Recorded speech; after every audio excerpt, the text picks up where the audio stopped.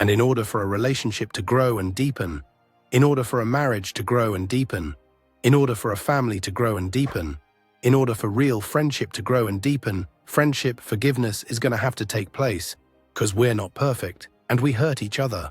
Now, if there's a God at the center of the being, at the center of the universe, who really does forgive, and if God has really forgiven us, then we have no option but to forgive others and to say, but wait a second, you have no right, God, to forgive that person for hurting my son. What I'm doing is, I'm being trapped in arrogance. What do I mean? God, you have no right. It's not me who gives God rights. God is God.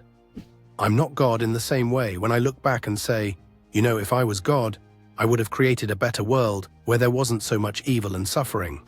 Well, excuse me, you're not God. You don't have that power. You're not in that position. So I think we go down a path of pride, hubris, arrogance when we start saying, well, God doesn't have that right by in 06 to forgive someone when they hurt me.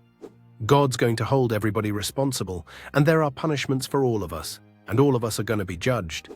But God's grace is very real and very operative.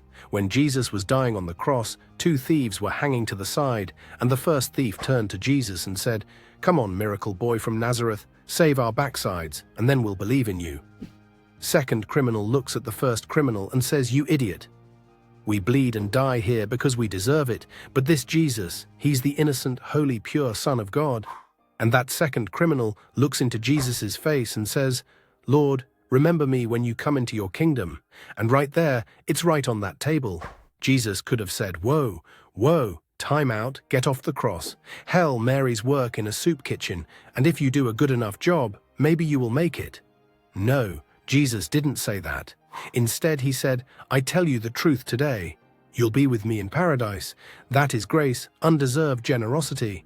That is forgiveness, and that is what is at the heart of the universe. So the challenge for me as a follower of Christ is not to overcome evil with evil, but to overcome evil with good. And part of the big battle of overcoming evil with good is to forgive. And in order for a relationship to grow,